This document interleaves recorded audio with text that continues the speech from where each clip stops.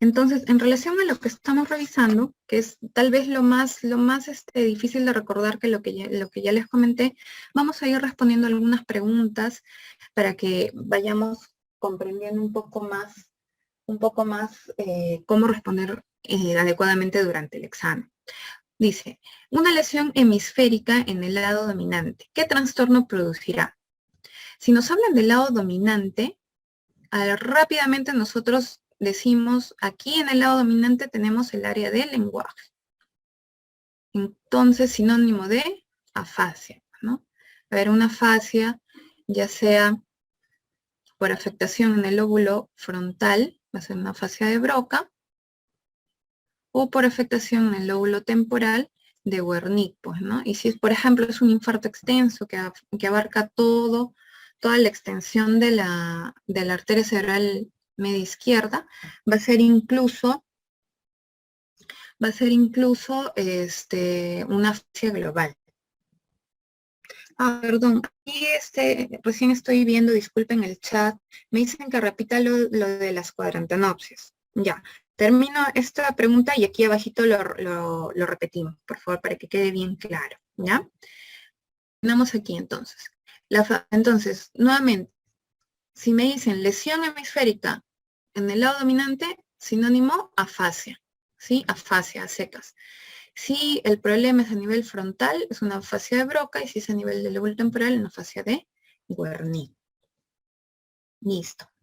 ¿Cuál es la afasia que se caracteriza por un habla fluente? O sea, el paciente habla, pero no comprende absolutamente nada, ¿no? Esto es característico de una afasia de Wernicke o sensitiva.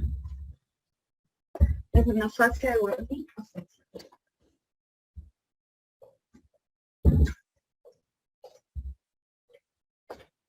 Entonces, ¿cómo diferenciamos esto de las afasias de expresión o de Broca? Porque en las afasias de expresión, pues el paciente más bien está casi mudo. ¿Por qué? Porque él sí se da cuenta de que no puede hablar y que no le pueden entender y se frustra mucho. ¿Sí? La fluencia está muy comprometida, no habla casi nada, ¿no? Y el paciente en la fase de Wernicke, pues sí habla, pueden crearse incluso neologismos. En este tipo de afasias, tanto que de Wernicke como de Broca, la repetición está alterada, ¿no? Si hablamos de las transcorticales, ahí sí la repetición está normal. Sí. Claro, acá dice, pues, ¿no? La doctora Corcuera, sí, el paciente con afasia de Broca es consciente de su limitación, de su afasia. Dice, ¿dónde se localizan las siguientes lesiones? Muy importante, muy importante. Aquí vamos a hablar un poquito de la vía motora, ¿ya? ¿Por qué? Porque siempre nos van a preguntar mucho en la parte vascular sobre todo. Entonces, recordemos que la vía motora se inicia en la corteza motora que se origina a nivel del lóbulo frontal precentral, pues, ¿no? A ese nivel se va a originar la primera motoneurona y de ahí van a descender fibras de diferentes partes hacia la parte de la cápsula interna, donde confluyen muy cerca, pasan a través de tronco encefálico y llegan a médula, pues, ¿no? Y a los diferentes niveles que corresponde van a llegar. Cuando están en la parte más baja del tronco encefálico es donde se va a dar la decusación de las pirámides, pues, ¿no? Hacia el lado contralateral. Por eso es que una lesión del lado izquierdo nos va a dar manifestaciones del lado contralateral, del lado derecho. Y es aquí en médula donde va a estar la segunda motoneurona. Perdón. Segunda motoneurona. ¿Sí? Entonces siempre nos van a preguntar las diferencias entre la primera y la segunda motoneurona. Entre la primera y la segunda motoneurona. ¿Qué es lo más característico en la primera? Nuestro signo de Babinski o el reflejo cutáneo plantar con respuesta extensora. eso es anormal, ¿no? Dentro de la lesión de primera motoneurona. Va a estar aumentado el tono, van a estar aumentados los reflejos y muy característicamente los reflejos cutáneos abdominales van a estar abolidos. Y en la segunda motoneurona, lo más característico es la disminución o abolición incluso de los reflejos osteotendinosos, disminución muy importante del tono y gran atrofia, pues, ¿no? Mucha atrofia de segmentos específicos. Y pueden aparecer o no fasciculaciones, ¿ya? Entonces, ¿qué sucede si tenemos lesión de primera motoneurona, es decir, una hemiparesia, ¿no? Más afasia? ¿Dónde estaría la lesión? En el lado dominante, pues, ¿no? No hay mucho que pensar tampoco, pues, ¿no? ¿Dónde estaría la lesión? En el hemisferio dominante. Si queremos ser específicos en cuanto a la irrigación, que corresponde a la arteria cerebral media, del lado izquierdo, pues, ¿no? Si tenemos lesión de primera motoneurona y de pares craneales contralaterales, estamos hablando de las hemiparesias contralaterales, pues, ¿no? Las hemiparesias, por ejemplo, que sean por lesiones a nivel de tronco, ¿no es cierto? Y ahí, cuando son las lesiones a nivel de tronco, el que da la localización de la lesión es el nervio craneal, pues, ¿no? Por ejemplo, si lesiono a nivel de mesencéfalo, el tercer par craneal del lado izquierdo, se va a manifestar como una oftalmoparesia izquierda parcial más una hemiparesia contralateral, ¿no? Son los síndromes que se llaman alternos, ¿no? Entonces, ¿dónde lo vamos a encontrar? A nivel de tronco encefálico. Si tenemos lesión en la segunda motoneurona aislada, ¿sí? Puede ser una neuropatía, pues, ¿no? Puede ser una radiculopatía. Lesiones por debajo. Si tenemos solamente lesión de segunda motoneurona más déficit sensitivo, ahí sí es solo neuropatía, nada más. Si tenemos lesión de primera motoneurona más una motoneurona, es muy raro, es una enfermedad que se llama esclerosis lateral amiotrófica. ¿Ya? Perfecto. Sí, acá es hemisferio dominante, de dominante, no de derecha. Hemisferio dominante, arteria cerebral media, izquierda. ¿Ya? Listo, de acuerdo a lo que me van preguntando, voy a estar pendiente del chat. Perfecto. Seguimos por aquí.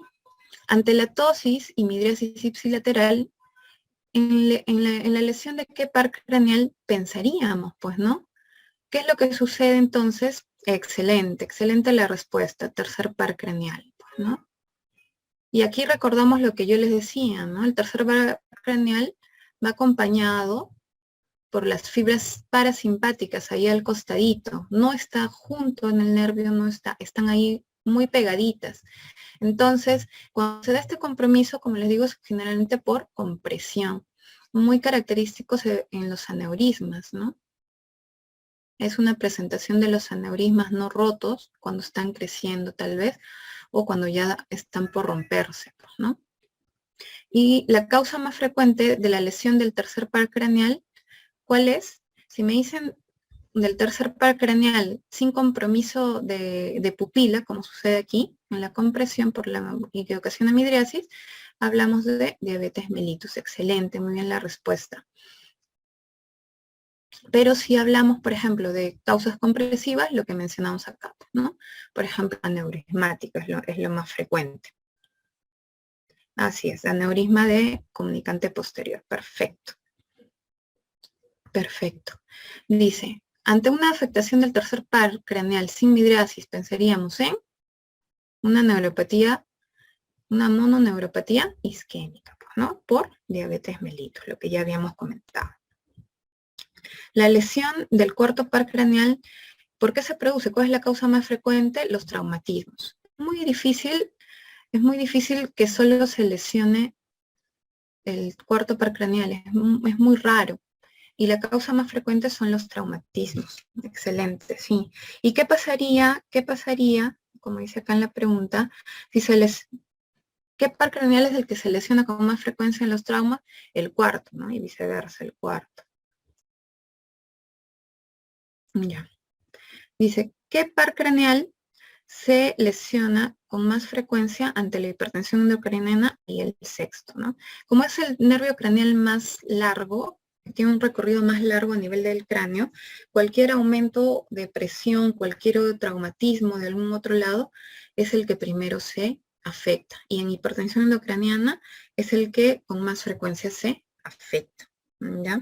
Entonces vamos a hacer un stop. Claro, nos dicen que, a ver, los doctores están diciendo, ¿no? Pero en el quinto, pero en la hipertensión endocraniana también se afecta el quinto porque produce cefalea. No es que se afecte el quinto par craneal, sino que está manifestando el síntoma porque está funcionando bien el quinto par craneal, ¿no? Porque manifiesta la sensibilidad, sí, de las estructuras intracraneales. O sea, está funcionando adecuadamente el quinto par craneal, no es que se lesione, ¿sí? El séptimo par craneal también tiene un recorrido amplio, pero generalmente ya fuera del cráneo, ¿no? Si hablamos de la parte intracraneal, el que tiene el recorrido más largo es el sexto.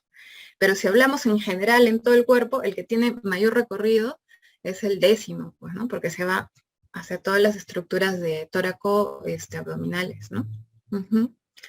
Ahora, vamos a resolver las preguntas que me están haciendo, que quedamos pendientes. Me habían dicho que por favor veamos nuevamente lo de las cuadrantanopsias, ¿ya? Porque yo necesito que quede muy claro para ustedes esto, para que puedan resolver adecuadamente sus preguntas, ¿ya? A ver, listo. Entonces, sí, vamos a las cuadrantanopsias.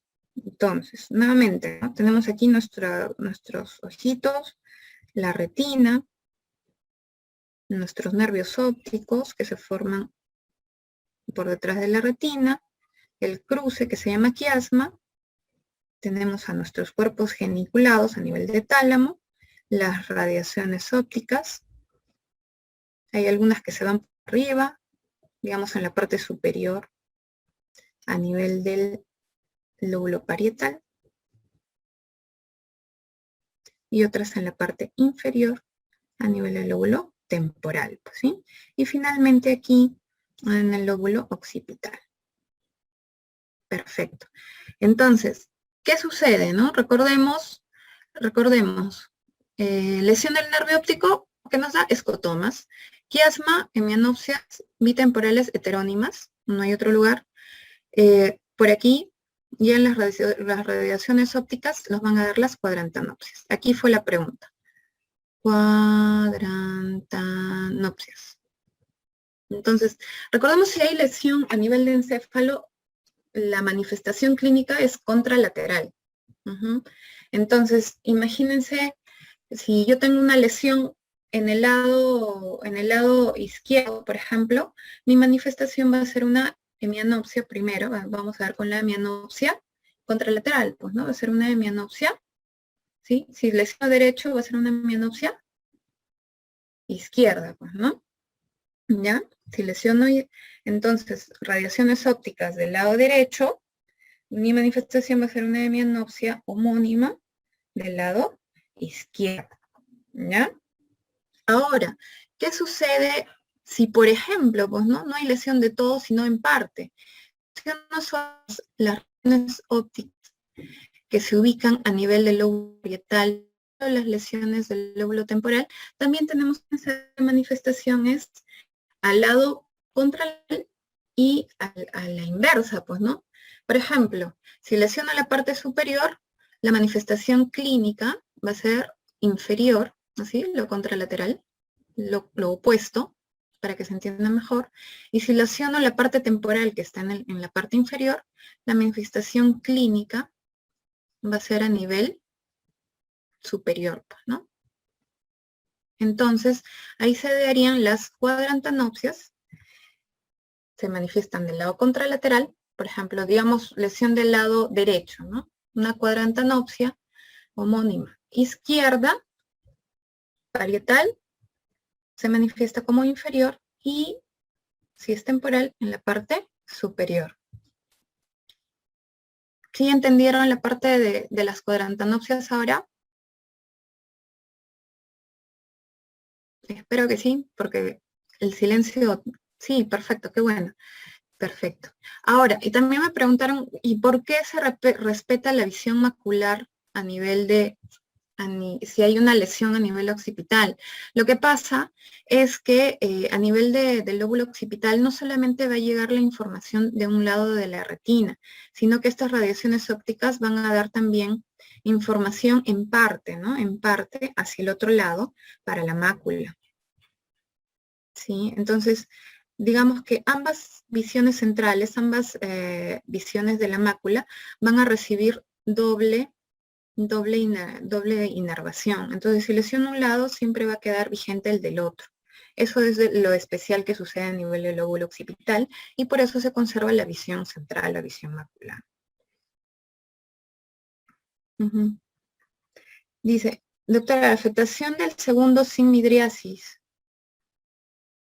Claro, del tercer par sin midriasis, ¿no? Allá. Dice, el tercer par craneal, como yo les comentaba acá,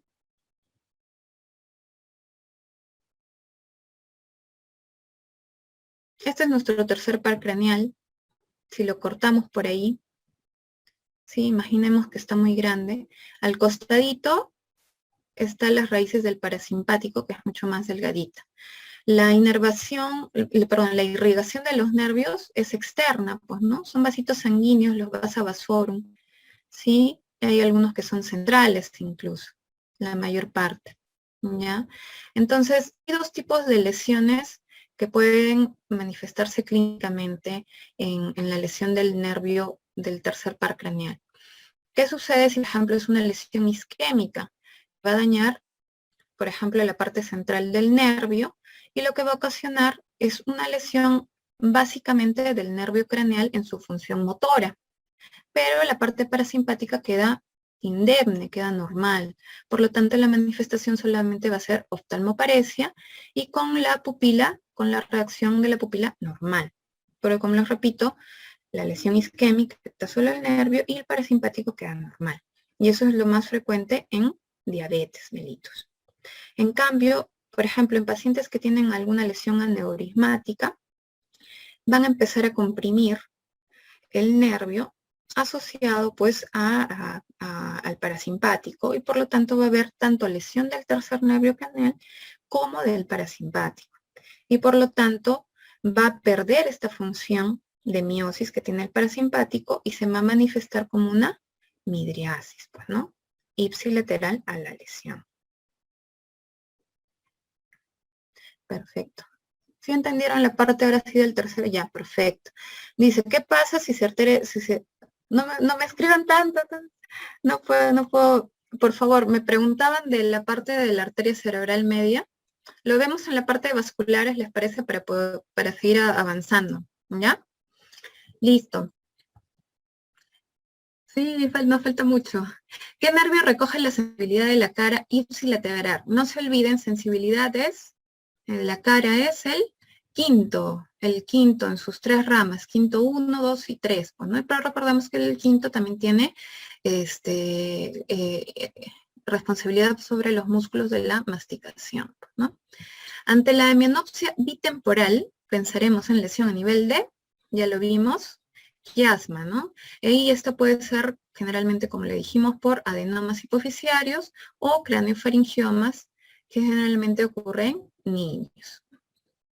La tríada característica del síndrome Horner, ya lo habíamos dicho, es tosis,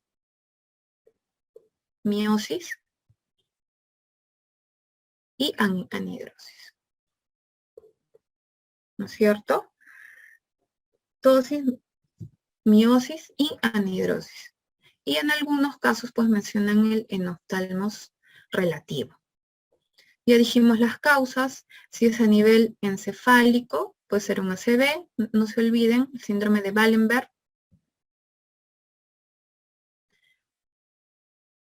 Si es a nivel de plexo, en la parte más baja, los tumores pulmonares, de páncreas, ¿no es cierto?, que afecta plexo y llega a las raíces más altas a nivel dorsal.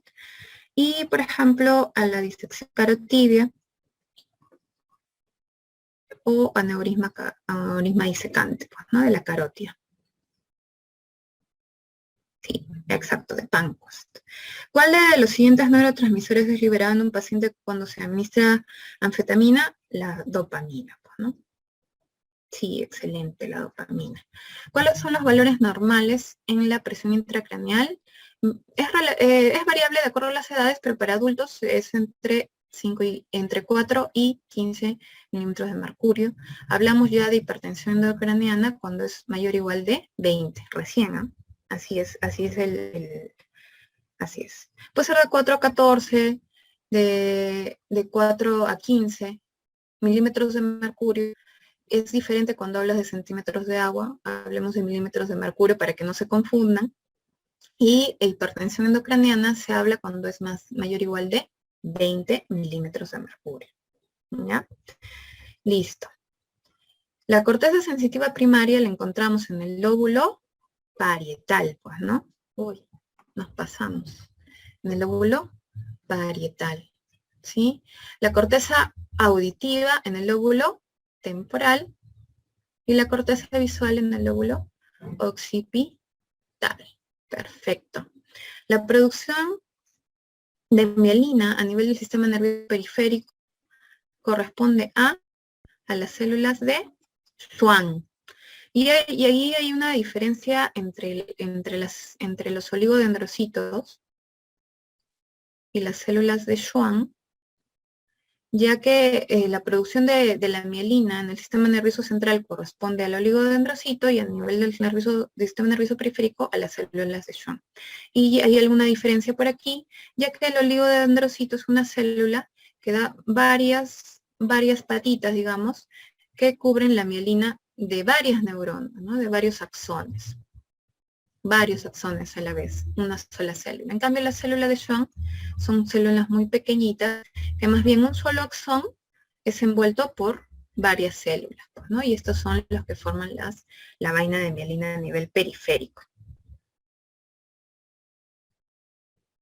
Repito, la producción de mielina a nivel sistema nervioso periférico es por las células de Schwann, ¿no es cierto? Y la distribución es diferente, ¿sí? Los oligodendrocitos dan la producción de mielina para varios axones, ¿sí? Un oligodendrocito a nivel del sistema nervioso central da varios axones, y la célula de Schwann más bien varias células de Schwann, solamente un nervio periférico. Claro, el área visual el área visual se encuentra en el lóbulo occipital bilateral, temporal auditiva bilateral y parietal también bilateral, pues, ¿no? Ambos. Listo. Pasamos a la parte de enfermedades vasculares cerebrales. Y antes de pasar, hay algo que quisiera que recordemos rápidamente porque también es muy importante. Vamos a hacer aquí un pequeño paréntesis y un pequeño espacio porque no tenemos muchas diapositivas. Es la parte de las vías medulares en la parte sensitiva, ¿ya? Entonces, aquí vamos a hacer un pequeño paréntesis, nuestras vías sensitivas.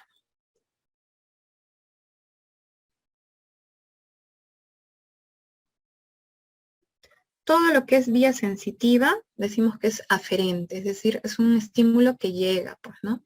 En cambio, todo lo que es vía motor es un estímulo que sale de nuestro cuerpo, y eso es un estímulo eferente. Entonces, todo lo aferente, todo lo que llega, ingresa por la parte posterior de la médula, ¿sí? A nivel de varios receptores, y es aquí cerca en el ganglio sensitivo donde se encuentra el cuerpo de la neurona de los receptores, ¿ya? Existen dos tipos de sensibilidad: el tacto superficial, temperatura, dolor, y tenemos nuestro tacto epicrítico, o profundo, de posición y vibración, pues, ¿no? Que generalmente nos da la sensibilidad de posición y más específico, el tacto epicrítico. Ambos se diferencian por el recorrido que hacen a través de la médula hasta llegar al lóbulo parietal, porque finalmente, como son tipo de sensibilidad, van a llegar a los lóbulos parietales, ¿no? Entonces, ¿qué sucede? Por ejemplo, en el tacto superficial, dolor, temperatura, va a llegar a través de la parte posterior. Es aquí donde va a entrar la médula y va a ser la primera sinapsis. Recordemos que las vías sensitivas tienen tres neuronas, dos sinapsis y tres neuronas. La receptora tiene solamente dos neuronas y una sinapsis, ¿ya? Entonces aquí hace su primera sinapsis y este tipo de tacto, de sensibilidad, va a cruzar en ese mismo nivel y a nivel de la parte anterolateral o anterior de la médula, va a ascender directamente hasta el tálamo. Ahí va a ser su segunda sinapsis y del tálamo va a ir a lóbulo parietal, ¿no? ¿Ya? Es la sensibilidad termoalgésica. En cambio, la sensibilidad epicrítica, tacto, vibración, posición, va a ir por los cordones posteriores. Igual, los receptores se encuentran a nivel generalmente de articulaciones, van a ingresar a través del ganglio dorsal sensitivo, a nivel de la parte posterior, pero esta va a ingresar sin hacer ningún cambio hacia los cordones posteriores. Va a ascender directamente y es recién en el bulbo donde hace la primera sinapsis. Después de la sinapsis ocurre la decusación, formando también en el tronco encefálico lo que se llama el lemnisco medial, y de ahí va a ascender hasta el tálamo, y del tálamo nuevamente una sinapsis y a la corteza del lóbulo parietal.